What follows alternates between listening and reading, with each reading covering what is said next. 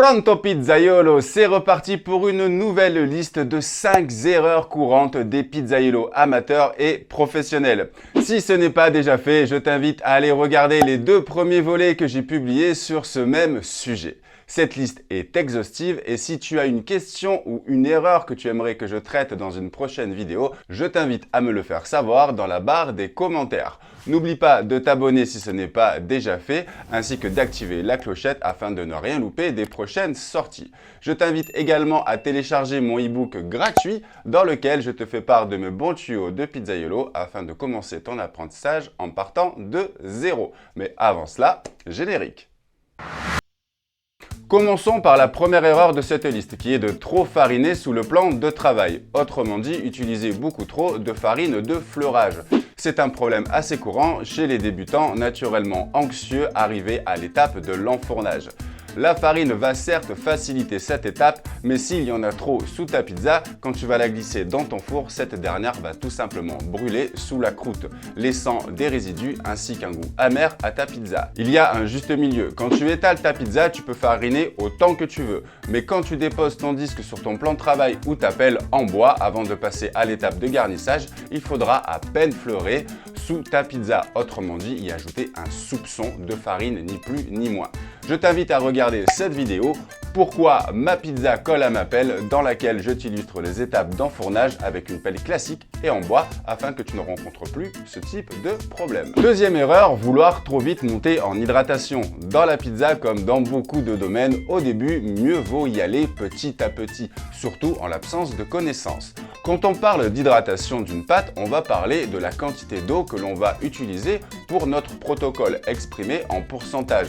Cette quantité est variable selon le style de pizza que l'on souhaite réaliser et le mode de cuisson que nous allons utiliser. Quand on réalise un empâtement hydraté entre 55 et 65%, on obtient une pâte relativement facile à travailler. Quand l'on augmente le pourcentage d'hydratation, la pâte devient de plus en plus délicate à manipuler. Je te recommanderais de monter au-dessus des 65% si tu cuis dans un four ménager à 250 degrés. Car la température étant plus basse dans les fours ménagers que dans les fours professionnels, la cuisson de ce fait durera un peu plus longtemps. À titre amateur, là est tout l'intérêt pour toi de monter en hydratation pour ne pas te retrouver avec une biscotte toute sèche à la place d'une pizza. Pour se permettre de monter en hydratation, il faut utiliser une farine adaptée avec une force boulangère assez forte, ayant un taux d'absorption assez élevé, autrement dit une farine qui va pouvoir emmagasiner beaucoup d'eau tout en se tenant pour faire simple. Je t'invite à regarder cette vidéo pour plus d'informations au sujet des farines standards. Pour conclure cette histoire d'hydratation, vas-y petit à petit, mezzo a mezzo, en augmentant le taux d'hydratation pourcentage par pourcentage afin de te familiariser avec ta pâte étape par étape.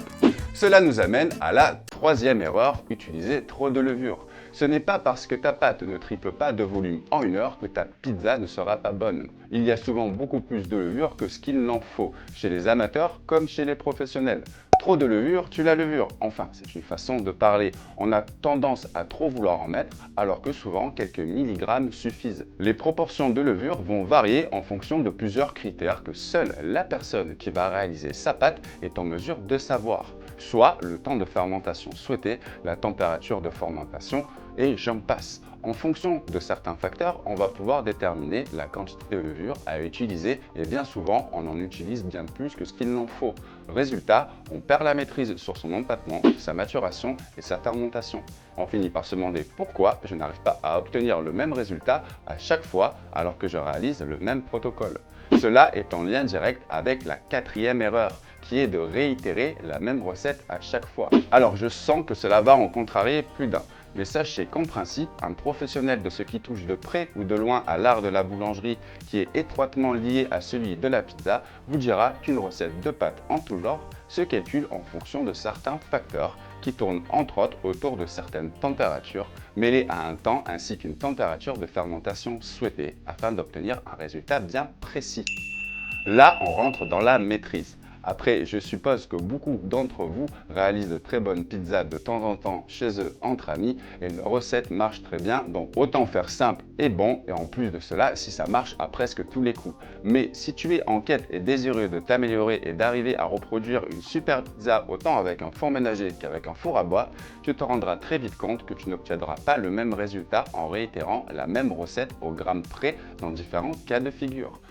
Pour conclure, la cinquième et dernière erreur qui est en soi la plus importante. Cette dernière est étroitement liée à la quatrième qui en est en soi son résumé. Cette erreur ne vient pas directement de ma propre analyse, mais celle d'un d'entre vous, chers amis et fans de la pizza et abonnés à la chaîne. Je cite Solitaricel, il y a à peu près 2 mois de cela.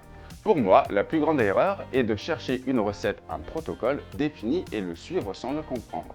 Alors qu'il faut comprendre que tout est modulable et modifiable. Et ce qui compte, c'est de comprendre les paramètres de la pâte pour établir son propre protocole en fonction de ses besoins et de son temps de disponible.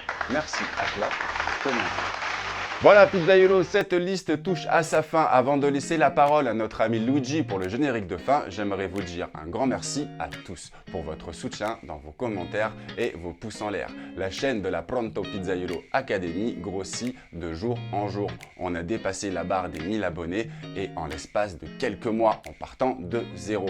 C'est en grande partie grâce à votre soutien. Donc si ce n'est pas déjà fait, abonnez-vous, activez la clochette, mettez un pouce en l'air et surtout partagez éventuellement la vidéo aux personnes de votre entourage qui seraient susceptibles d'être intéressées. Je vous dis à la prochaine vidéo. A presto, ciao! Si, Luigi, c'est moi. Mais tu vas pas partir comme ça. Tu prendrais bien une part de pizza, non? Aspetta, tout a posto. Et voilà. Si la vidéo t'a plu, je t'invite à mettre un pouce bleu, à activer la clochette, à laisser un commentaire, ainsi qu'à t'abonner si ce n'est pas déjà fait. A presto, ciao!